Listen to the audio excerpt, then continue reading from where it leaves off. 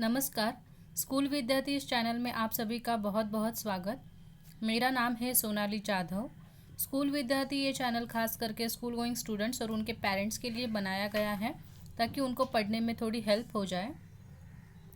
आज हम देखेंगे स्टैंडर्ड है 10, सब्जेक्ट मराठी, बोर्ड है महाराष्ट्र और ईयर है 2020। बहुत जो लोग हैं सब्सक्राइबर है उनका एक डाउट था कि रसग्रहण ये क्वेश्चन स्किप हो गया है पोयम सेक्शन में से। ठीक है, कविता में जो रसग्रहण हमें आने वाला था क्वेश्चन वो इस बार से मतलब 2020 से नहीं आ रहा है। ठीक है, और अभी आपका 2021 में जो एग्ज़ाम होगा उस एग्ज़ाम का तरीका जो है वो 80 मार्क्स का ही होगा। तो आपको रसग्रहण नहीं आएगा तो कौन सा क्वेश्चन आएगा, तो आपको 8 मार्क के लिए ये वाला क्वेश्चन आएगा। ठीक है, ये क्वेश्चन क्या है, तो मुद्द्यांच्या आधारे कृती सोडवा। ये जो मैं आपको पिक्चर दिखा रही हूँ वो 2020 का क्वेश्चन पेपर है और उसका ये फ़ोटो है। ठीक है, आपको यहाँ पे नहीं क्लियर दिखाई दे रहा है क्योंकि मुझे भी वो किसी ने भेजा है, वो ऑलरेडी ब्लर ही है। ठीक है, आपको ये जो चीज़ें हैं मैं आगे के स्लाइड में टाइप करके दिखाती हूँ कि एक्चुअल में ये क्या है, पर आपको सिर्फ दिखाने के लिए कि क्वेश्चन पेपर कैसे दिखता है। ठीक है, उसमें क्वेश्चन आपको किस तरह से दिया जाएगा ये बेसिक आपके थोड़े दिमाग में समझे, इसके लिए मैंने ये फ़ोटो यहाँ पे डाला है। ठीक है, यहाँ पे ऐसा आपको क्वेश्चन देंगे कि मुद्द्यांच्या आधारे कृती सोडवा, मतलब आपको पॉइंट्स के हिसाब से पॉइंट के बेस पे आपको क्या करना है, कृति सॉल्व करना है। आपको रसग्रहण नहीं आने वाला है, रसग्रहण के जगह पे ये नया क्वेश्चन आपको आएगा। तो क्या होगा, आपको मुद्दे दिए जाएंगे मतलब पॉइंट्स दिए जाएंगे और आपको 2 पोयम दी जाएंगी। यहाँ पे एक है अंकिला मी दास तुझा और यहाँ पे है स्वप्न करू साकार। तो आपको चूज़ करना है कि दोनों में से आपको एक ही पोयम के बारे में सभी जो पॉइंट्स है वो लिखने हैं। ठीक है, ऐसा नहीं करोगे आप कि बाबा अंकिला का दास मुझे कवि का पता है, ठीक है, पर कवितेचा विषय मुझे स्वप्न साकार करूँ इसका पता है तो मैं उसका लिखूंगा, ऐसे नहीं चलेगा। आपको दोनों में से एक ही कविता चूज करनी है जिसको आपको ये सभी चीज़ें पता है। ठीक है, क्या क्या चीज़ें आपको वहाँ पे पूछेंगे, तो देखिए यहाँ पे पहले कवि या कवित्री जो भी है उसका नाम है, कवितेचा विषय क्या है वो, कविते का आपको 2 लाइन दिया जाएगा, उसका आपको मीनिंग लिखना है। ठीक है, इसके लिए आपको क्या करना है, ये क्वेश्चन आप कब सॉल्व कर पाओगे, जब आपको कविता का मीनिंग अच्छी तरीके से पता होता है, तभी जाके आप ये वाला क्वेश्चन लिख सकते हो। और इसलिए मैंने कविता का डिटेल वीडियो बनाया है जिसमें मैंने आपको सभी का मतलब अर्थ जो है वो बताया है। ठीक है, तो उसका आप प्रैक्टिस कीजिए क्योंकि आपको कोई भी रैंडम 2 लाइंस दी जाएंगी और उसका आपको मीनिंग लिखना है। बाद में आपको आगे क्वेश्चन होगा कि ही कविता आवडण्याचे किंवा न आवडण्याचे कारण, मतलब ये कविता आपको पसंद है तो क्यों पसंद है और नहीं पसंद तो क्यों नहीं पसंद। ठीक है, और बाद में है आपको शब्दांचा अर्थ लिया, आपको 4 शब्द दिए जाएंगे और उसका आपको सिनोनियम्स मतलब समानार्थी लिखना है। ठीक है, और ये 4 शब्द कहाँ से आएंगे, तो आपके उसी पोयम में से ही आएंगे। ठीक है, एक तो अगर आपकी अंकिला मी दास तुझा ये पोयम आपको अच्छी तरीके से आती है, आपको इसके सभी क्वेश्चन पता है, तो आप यही चूज करोगे और यही लिखोगे। फॉर एग्जाम्पल आपको स्वप्न करू साकार इसका सब पता है ये सब चीज़, तो आप यही चीज़ करोगे। ठीक है, दोनों में से आपको एक ही करना है। ठीक है, अभी आपको ये सब चीज़ें पता चली। अभी वही चीज़ जो यहाँ पे ब्लर दिख रही है वही मैंने यहाँ पे स्लाइड में क्लियर करके लिखी है। ठीक है, पहले आपको क्या पूछेंगे, कविचे नाव, अगर मेल होगा तो कवि होगा, फीमेल होगी तो कवयित्री होगी। ठीक है, उसका नाम लिखना है। कवितेचा विषय लिखना है आपको, मतलब ये जो कविता आप पढ़ रहे हो वो किस विषय में है, वो ये दोनों क्वेश्चन 1-1 मार्क्स के लिए आएगा। आगे जाएंगे, यहाँ से बड़े क्वेश्चन आपके यहाँ से चालू होते ये वाले। ठीक है, यहाँ पे क्या है देखिए, दिलेल्या ओळींचा अर्थ लिहा, मतलब आपको 2 लाइन्स दी होगी कोई भी पोयम में से और उसका आपको अर्थ लिखना है, मीनिंग लिखना है। बाद में चौथा क्वेश्चन आपको होगा कि कविता आवडण्याचे किंवा न आवडण्याचे कारण, मतलब ये कविता आपको पसंद है क्या, तो है, तो ऐसे नहीं हाँ सिर्फ मुझे कविता अच्छी लगी ऐसे नहीं लिखना है, आपको लिखना है कि क्यों अच्छी लगी, आपको कारण देना है यहाँ पे। ठीक है, तो वो भी आपके लिए 2 मार्क्स के लिए होगा, ये बड़े क्वेश्चन है आपके। ठीक है, अगर आपको पसंद है कविता तो भी आपको लिखना है कि क्यों पसंद है, और अगर आपको नहीं पसंद कविता तो भी आपको वहाँ पे मेंशन करना है कि क्यों नहीं पसंद है। और 2 मार्क्स को देख के आपको पता चलना चाहिए कि आपको कितना बड़ा आंसर यहाँ पे लिखना है। 1 मार्क से ऐसा एक शब्द लिखोगे तो नहीं चलेगा, ठीक है।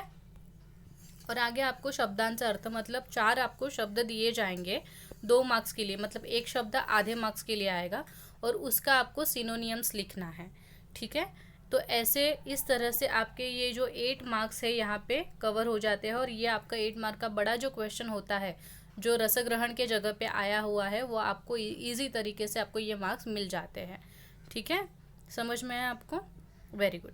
अभी इसी बेस के ऊपर हम लोग आज देखेंगे एक क्वेश्चन, ठीक है, कि आपको पता चलेगा कि कैसे लिखना है इसको। सो क्वेश्चन है हमारा, मुद्द्यांच्या आधारे कविते संबंधी कृती, 8 मार्क्स के लिए क्वेश्चन आएगा। सो आज हम लोग जो कविता देखने वाले हैं वो है अंकिला मी दास तुझा, ठीक है, जो आपकी पहली सबसे संतवाणी में जो पहला अभंग है अंकिला मी दास तुझा, तो उसके बारे में हम लोग देखने वाले हैं, ठीक है। सो पहला पॉइंट आपको जो मैंने दिया है वही है कि क्या है पहला पॉइंट, कवितेच्या कवीचे व कवयित्रीचे नाम। ये जो ब्लू वाला फॉन्ट मैंने यूज़ किया है, ब्लू वाले कलर, वो हमारे क्वेश्चन है, ठीक है। सो वो आपको एग्जाम में दिए जाएंगे, जैसे कि आपको दिख रहा है ना यहाँ पे, ये देखिए यहाँ पे ये चीज़ आपको दी जाएगी पहले से ही, ठीक है। सो आपको ये ब्लू वाला जो पार्ट है वो याद में नहीं रखना है, वो आपका क्वेश्चन है। सो यहाँ पे आपको पता है अंकिला मी दास तुझा, इसके कौन कवि है, तो संत नामदेव है। तो यहाँ पे मैं इतना ही लिखूंगी संत नामदेव, और मेरा 1 मार्क्स यहाँ पे कंफर्म हो जाता है, मुझे मिल जाता है। इसके लिए आपको क्या करना है, सभी पोयम के कवि और कवयित्री के नाम आपको याद करने हैं, ठीक है। तो आपका 1 मार्क कहाँ पे भी ये नहीं जाएगा। सेकेंड है, ये मैंने एक्स्ट्रा लिखा है, ओके, कवितेचा रचना प्रकार, क्योंकि अभी तक देखिए जस्ट पोर्शन चेंज हुआ है हमारा, और पोर्शन के हिसाब से आपको कितने, ये 5 ही पॉइंट आने वाले हैं, पर पता नहीं हमें कि और भी क्या पूछ सकते हैं अगर उन्होंने क्वेश्चन चेंज किए, क्योंकि देखिए क्वेश्चन है मुद्द्यांच्या आधारे लिहा, तो मुद्दे वो चेंज भी कर सकते हैं शायद से। तो पता नहीं, हमें इसके लिए एज अ सेफ्टी, क्योंकि मुझे फिर से वीडियो ना बनानी पड़े कि अगर उन्होंने अलग मुद्दे डाले तो इसके लिए मैं एज अ सेफ्टी जो भी कविता के बारे में इम्पोर्टेंट है वो यहाँ पे आपको एक्सप्लेन करती हूँ। तो एक्स्ट्रा जो है मैं उसको आपको बोलूँगी, ये एक्स्ट्रा है। सो यहाँ पे मैंने एक्स्ट्रा क्या देखा है कि रचना प्रकार, मतलब ये कविता किस प्रकार की है, तो ये अभंग प्रकार में आती है, तो मैंने अभंग लिखा, ये तो आपको पता भी है, ठीक है। बाद में आपको एक यहाँ पे भी ये एक्स्ट्रा है की कविता कोणत्या काव्य संग्रहातून घेतली आहे, मतलब ये कविता किस काव्य संग्रह से ली गई है, तो सकल संत गाथा खंड पहिला, श्री नामदेव महाराजांची अभंग गाथा, ये बड़ा एक किताब है, उसमें से ये आपकी पोयम ली गई है, ठीक है। सो ये भी कभी कभी ये भी इम्पोर्टेंट क्वेश्चन है, ठीक है। और ये जो है हमारा क्वेश्चन है कवितेचा विषय, ये एक्चुअल में हमारे पेपर जो है क्वेश्चन पेपर उसमें 2nd नंबर पे ये आता है कि कवितेचा विषय, क्या कवितेचा ये विषय है कि देवाला भेटण्याची इच्छा, संत नामदेव को भगवान को मिलने की इच्छा उन्होंने इस कविता में व्यक्त की है, तो इस कविता का विषय भी क्या होगा, देवाला भेटण्याची इच्छा, ओके, हा या कवितेचा विषय आहे। सो आपले कुठले बघा, हा पहिला पॉइंट आपल्याला झालेला आहे की कवीचे नाव संत नामदेव, 1 मार्क आपला कन्फर्म झालेला आहे। दुसरा आहे कवितेचा विषय, तर देवाला भेटण्याची इच्छा, म्हणून हा दुसरा मार्क सुद्धा आपला कन्फर्म झालेला आहे, ठीक आहे। आता इथे बघा काय आहे, दिलेल्या ओळीचा अर्थ। आता मी ओळीचा अर्थ इथे नाही लिहिला आहे, का नाही लिहिला आहे तर सांगते, कारण बघा इथपर्यंत आलेलो आपण, ओके, ओळीचा अर्थ मी नाही दिलेला आहे कारण ओळीचा अर्थ मी तुम्हाला डिटेलमध्ये व्हिडिओमध्ये सांगितलेला आहे, ठीक आहे। त्याच्यामुळे तो तुम्हाला लक्षात ठेवायचा आहे आणि लिहायचा आहे, कारण मग पूर्ण ओळीचा अर्थ म्हणजे मला पूर्ण कवितेचा अर्थ तुम्हाला लिहून दाखवावा लागेल, ठीक आहे। त्याच्यामुळे तुम्ही कविता सतत ऐकत राहा, त्याच्यामुळे तुम्हाला त्या कवितेचा अर्थ कळेल, ओके। आता पुढे जाऊया आपण, कवितेतून व्यक्त होणारा भाव, हा पण एक्स्ट्रा क्वेश्चन आहे की या कवितेतून कुठला भाव व्यक्त होतो, तर हा शांती भाव व्यक्त होतो की शांत वाटतं आपल्याला ही कविता ऐकून। त्याच्यानंतर अजूनही एक्स्ट्रा क्वेश्चन हा विचारला जाऊ शकतो की या कवयित्रीची वैशिष्ट्य काय आहेत, म्हणजे लेखन वैशिष्ट्य, जर कवी आहे, संत नामदेव हे कवी आहेत, मग त्यांची लेखनाची वैशिष्ट्य कशी आहे, ते कशा प्रकारचं लेखन करतात, तर बघा संत नामदेवांच्या अभंगाची रचना ही सरळ आणि सुबोध आहे. म्हणजे संत नामदेव जेव्हा अभंग लिखतात, संत नामदेव जब भी अभंग लिखते हैं तो उनकी जो रचनाएं होती है, ठीक है, वो बहुत ही सिंपल और सॉर्टेड होती है. सिंपल और सिंपल टू अंडरस्टँड ऐसे होती है. ठीक है, सरळ मतलब सिंपल और सुबोध मतलब सुबोध याचा अर्थ होतो बोध होण्यास अगदी सोपं. ठीक है, म्हणजे समजण्यास अगदी सोपं, याला सुबोध म्हणतात. सुबोध यानी कि क्या, जो समझने के लिए बहुत ही ईजी हो. त्यांनी साधी भाषा आणि सोपी उदाहरणे वापरली आहेत. उन्होंने सिंपल लैंग्वेज यूज़ की है और सिंपल आपको एग्जाम्पल दिए, जैसे कि एक माँ है और उसका बच्चा अगर आग में गिर रहा है, वो वाला सिंपल एग्जाम, ऐसे सिंपल सिंपल एग्जाम्पल उन्होंने दिए है. ठीक है, सो वो बात यहाँ पे आप लिख सकते हो उनका लेखन का वैशिष्ट्य में.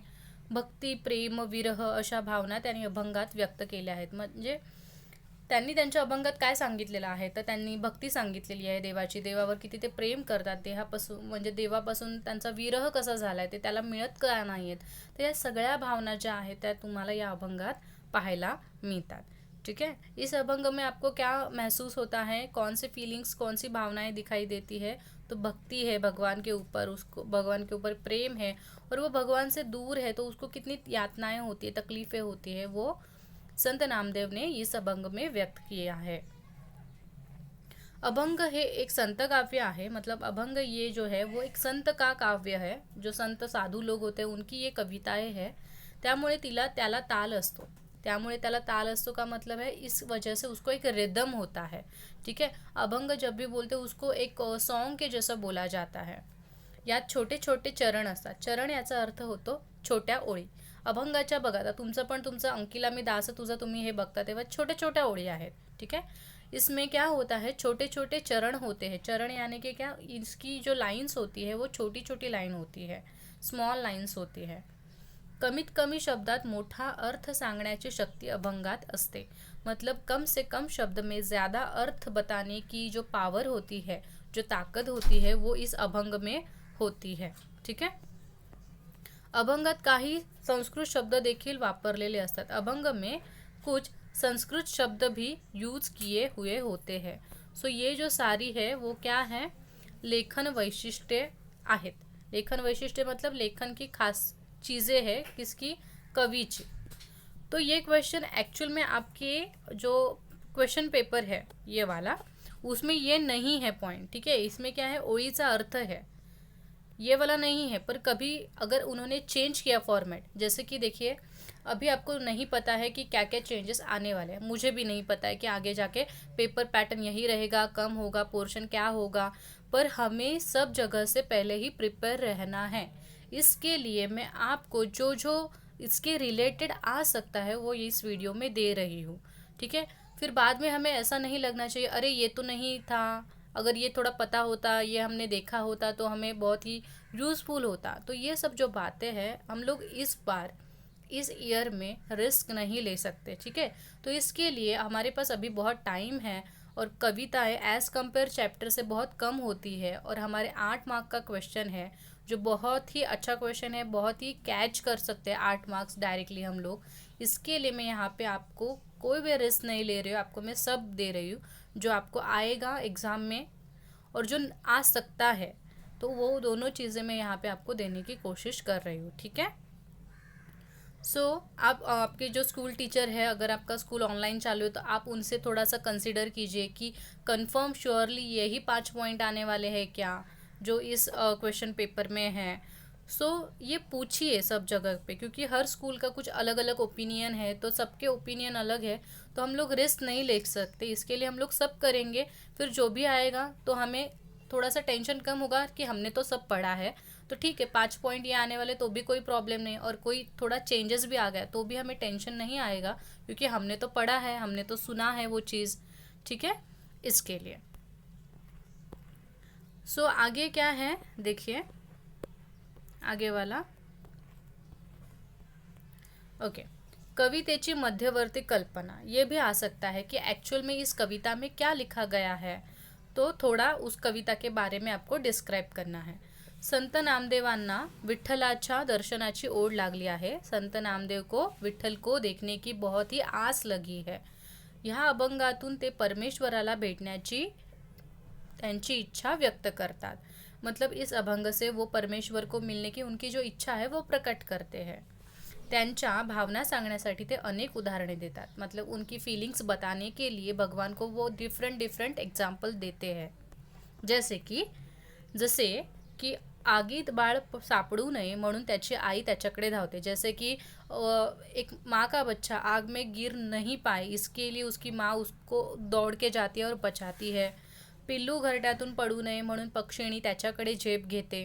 हाँ, पिल्लू मतलब छोटा सा जो चूजा है वो उसके घोंसले से नीचे गिरे नहीं, इसके लिए जो फीमेल बर्ड होती है वो उधर उसके यहाँ पे उड़ के चली जाती, उसको बचाती है. वणव्यात सापडलेल्या पाडसाला वाचवण्यासाठी हरिणी त्याच्याकडे धाव घेते. वणवा मतलब क्या, जो जंगल में लगती है फायर उसको बोला जाता है. ठीक है, जंगल में जो बड़ी आग लग जाती है, अभी जो ऑस्ट्रेलिया में लगी थी. उसमें अगर पाड़स का मतलब क्या होता है, जो हिरन का बच्चा होता है. ओके, उसको पाड़स बोला जाता है. जब भी ऐसे जंगल में आग लग जाती है और उस जो हिरन मतलब फीमेल होती है, ओके, हिरन, तो वो जाती है और उसको बच्चों को पकडती है, उसको बचाती है, उसके पास दौड़ के चली जाती है. वणव्यात सापडलेल्या पाडसाला वाचवण्यासाठी जशी हरिण धावते. ठीक आहे, स्वतःच्या मुलाला वाचवण्यासाठी जसं ती त्या आगीमध्ये धावते. ओके, असे हे एक्झाम्पल देतात संत नामदेव कोणाला, की विठ्ठलाला, की बघ हे सगळं असं आहे, सगळेजण सगळे जे आई वडील आहेत ते मुलांसाठी धावतात, त्याच्यामुळे तू सुद्धा माझ्याकडे ये, असे ते म्हणण्याचा उद्देश आहे. ठीक आहे. भुकेल्या वासराच्या आवाजाने गाय त्याच्याकडे धाव घेते. मतलब जब भी कोई भूखा, वासरू का मतलब क्या होता है, गाय का बछड़ा. गाय का बछड़ा जब बहुत ही उसको भूख लगी होती है तो वो बहुत ही रोता है, तो उसका आवाज़ सुन के गाय भी उसके तरफ दौड़ के चली जाती है. ये एग्जाम्पल बता रहे हमें वो. त्याचप्रमाणे विठ्ठलाने देखील आपल्यासाठी धावत यावे असे संत नामदेवांना वाटते. और इसी तरह से इन लोगों की तरह से ही विठ्ठल को भी मेरे पास भाग के आना चाहिए, क्योंकि मैं भी उसका इंतज़ार कर रहा हूँ, मैं भी उसके बच्चे के जैसा ही हूँ. ओके. संत नामदेव आणि विठ्ठल यांच्या नात्यात प्रेमभाव आणि विश्वास आहे. संत नामदेव आणि विठ्ठल या दोघांच्या ज्या नात्यात प्रचंड असा विश्वास आहे, खूप प्रेम आहे त्यांच्या दोघांमध्ये. ठीक है, संत नामदेव और विठ्ठल के बीच में बहुत ही विश्वास है, बहुत ही प्रेम भावनाएं हैं. त्यामुळे अशी विविध उदाहरणे देऊन ते देवाला दर्शन देण्याची विनंती करत आहेत. और इसीलिए ये अलग अलग उदाहरण देके वो भगवान को दर्शन देने की क्या कर रहे हैं, रिक्वेस्ट कर रहे हैं. तो ये एक्चुअल में क्या है, इस कविता की कल्पना. मतलब ये कविता में क्या है, ओके, हम लोग बोलते हैं ना मॉरल ऑफ द स्टोरी, या फिर ब्रीफ थोड़ा सा बताइए इसके बारे में शॉर्टकट में. तो ये शॉर्टकट में जो है वो कविता का थोड़ा सा शॉर्ट मीनिंग है. तो यहाँ पे वो भी आपको पूछ सकते हैं कभी कभी कि ये बताइए आप. ठीक है, आप उसके लिए प्रिपेयर रहो, इसके लिए मैंने वो दिया है.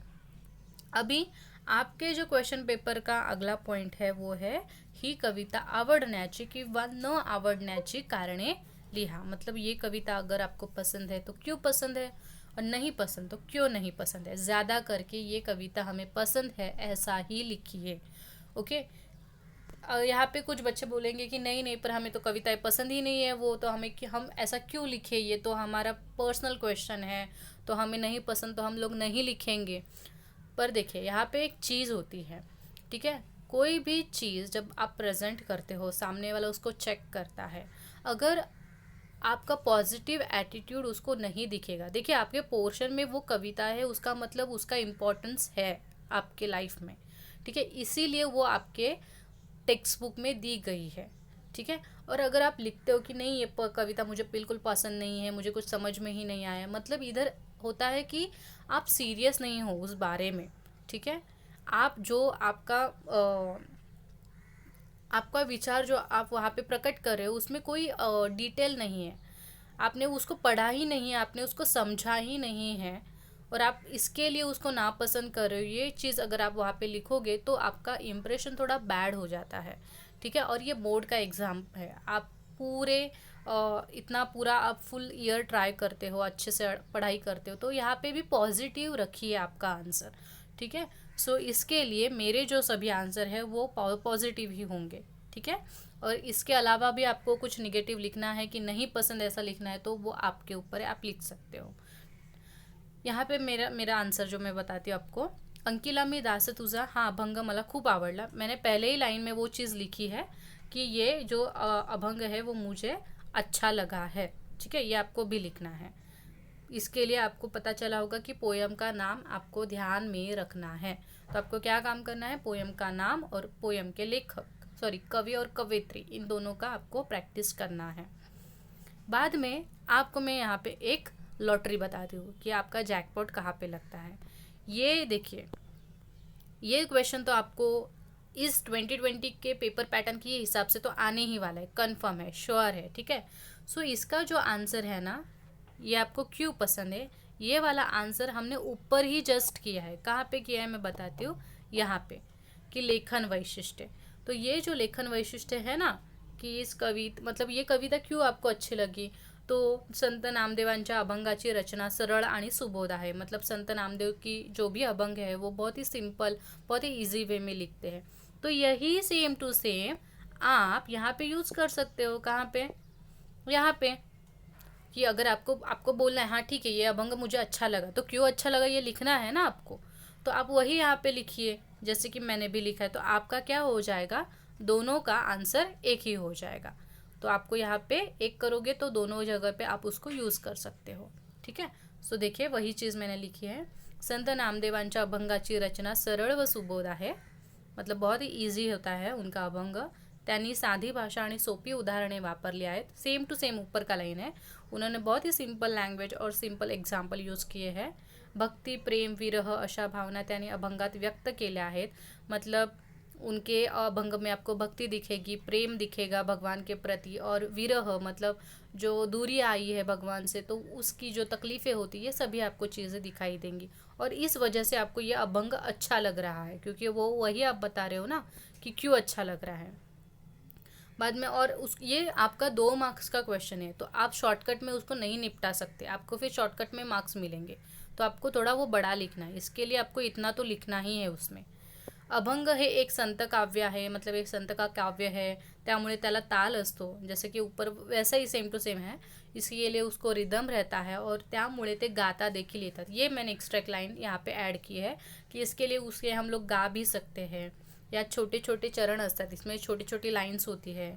कमीत कमी शब्दात मोठा अर्थ सांगण्याची शक्ती अभंगात असते, हे मला आवडते। ठीक है, मतलब कम से कम शब्द में ज़्यादा मीनिंग बताने की जो पावर होती है वो इस अभंग में होती है, इसके लिए मुझे अभंग अच्छा लगा। ठीक है, यहाँ पे आपका ये आंसर हो गया कि आपको ये अभंग अच्छा क्यों लगा। ठीक है, 2 मार्क्स का। और इसके बाद में कभी कभी आपको ऐसा भी क्वेश्चन आएगा कि कवितेच्या आवडलेल्या ओळी लिहा। मतलब आपको कविता में जो भी लाइन्स पसंद है वो आपको लिखना है। तो ॲज पर तुमच्या मनाप्रमाणे मैंने यहाँ पे लिखा है, तो तुम्हाला ज्या कुठल्या ओळी आवडतील त्या तुम्ही लिहा। हाँ, आता हल्ली तरी आत्ताच्या पेपरमध्ये, अभी के पेपर में तो ये क्वेश्चन स्किप किया है। यहाँ पे आपको लाइन ऑलरेडी दी गई है और आपको उसका मीनिंग लिखना है। ठीक है, पर कभी कभी ऐसे भी पूछ सकते हैं। ठीक है, सो जब तक आपका फाइनल पेपर का जो भी अनाउंसमेंट नहीं होता तब तक ये सभी चीज़ें ध्यान में रखिए। पोएम थोड़ा पढ़ते रहिए और अच्छी अच्छी 2 लाइन तो निकाल के रखिए जो बहुत ही इजी है, और एक पेज पे लिखिए और उनको देखते रहिए टाइम पास के लिए, तो भी आपके ध्यान में वो रह जाएगी। मतलब ऐसा नहीं होना चाहिए कि अरे बाप रे एग्ज़ाम आ गया और अभी बता रहे ये वाला क्वेश्चन भी आ सकता है तो अब क्या करें, ऐसी चीज़ नहीं होनी चाहिए आपके लाइफ में। क्योंकि देखिए गिन चुन के ज़्यादा पोएम तो नहीं है, हमारी 7-8 पोएम होगी। ठीक है, उसमें क्या 2-2 लाइन आप इजी जो लाइन है वो आपके मनपसंद की लाइन वो आपको पूछिए, तो जो भी इजी लाइन है वो आप लिख के रखिए एक पेज पे और उनको टाइम पास के लिए बीच बीच में देखते रहिए। ठीक है, तो आपका वो क्वेश्चन हो जाएगा। और आपको ये लास्ट वाला जो क्वेश्चन है यहाँ पे मैं बताती हूँ। देखिए ये वाला क्वेश्चन है हमारा कि आपको शब्द के अर्थ करने हैं। ठीक है, सो ये वाला क्वेश्चन देखिए, याविषयी आपण वेगळी वीडियो करूया, क्योंकि देखिए वो 4 शब्द पूरे पोएम में से वो 4 शब्द कौन से आएंगे वो मुझे भी नहीं पता है और आपको भी नहीं पता है। तो हमें क्या करना पड़ेगा, उस पोएम के जो भी शब्द है जो डिफ़िकल्ट वर्ड है और उनको इजी मराठी में कोई अलग शब्द है जिसको हम सिनोनियम्स बोलते हैं, समानार्थी शब्द, तो हमें सब करने पड़ेंगे। इसके लिए मैं यहाँ पे वो 4 शब्द गिन चुन के नहीं लिख सकती। इसके लिए हम लोग क्या करेंगे, एक काम करेंगे, अर्थ के लिए ये जो क्वेश्चन है शब्द और अर्थ उसका उसका हम लोग अलग वीडियो बनाएंगे, जिसमें आपको सिर्फ वही चीज़ मिलेगी। तो आप वही सुनिए, वही याद कीजिए, और उसमें से कोई ना कोई 4 शब्द तो एग्ज़ाम में आपको पूछे ही जाएंगे 2 मार्क्स के लिए। ठीक है। सो इस तरह से आपको ये बड़ा जो 8 मार्क्स का क्वेश्चन था, इसके डाउट आई होप आपके कंप्लीट हो चुके होंगे ये वीडियो देखने के बाद। ठीक है। सो आप फिर से जाते हैं हमारे इस पे कि हमने क्या देखा। कवीचे नाव संत नामदेव, 1 मार्क कन्फर्म. कवितेचा विषय देवाला भेटण्याची इच्छा, 1 मार्क कन्फर्म.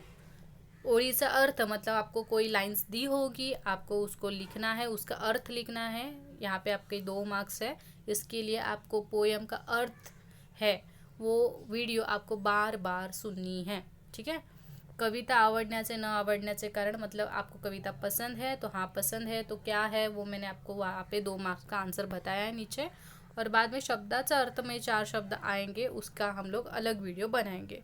और इसके अलावा जो अदर चीज़ें मैंने आपको बताई है बीच बीच में, जैसे कि रचना प्रकार, काव्य संग्रहातून, बाद में कवितेतून व्यक्त होणारा भाव, ये लेखन वैशिष्ट्ये, ये एक्स्ट्रा पॉइंट है, ये आपके मध्यवर्ती कल्पना। ठीक है। ये बीच बीच में आपको मैंने एक्स्ट्रा दिया है इन्फॉर्मेशन, क्योंकि अगर कुछ पॉइंट्स मुद्दे उनकी तरफ से बोर्ड की तरफ से अगर चेंज हो रहे, क्योंकि उन्होंने स्पेसिफिक नहीं बताया है, क्योंकि पोर्शन अभी बदला है और अभी कोविड के वजह से हमारा स्कूल नहीं है अच्छे से चालू, और बहुत प्रॉब्लम है कब एग्ज़ाम होगी, कैसे एग्ज़ाम होगी, बहुत सारा कन्फ्यूजन का माहौल है। तो इसके लिए हम लोग एज अ सेफ्टी मेजर के लिए वो सभी चीज़ें भी देखते आगे आगे चले जाएंगे। ठीक है। नहीं तो ऐसा कोई प्रॉब्लम हमें आगे नहीं होगा। आपका नसीब अच्छा होगा, सब अच्छा होगा तो यही 5 पॉइंट्स आएंगे जो बहुत ही इजी है।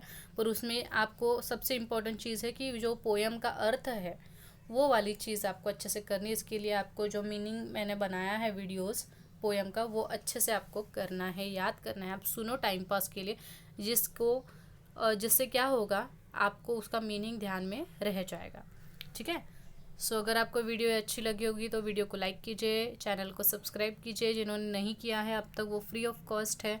और आपका जो भी कोई डाउट होगा, जो भी आपको कुछ बात करनी है, आप कमेंट सेक्शन में जाइए और कमेंट कीजिए। मैं वहाँ पे सभी कमेंट्स का आंसर देती हूँ एज सुन एज पॉसिबल। और मिलते हैं नए वीडियो के साथ, तब तक के लिए धन्यवाद।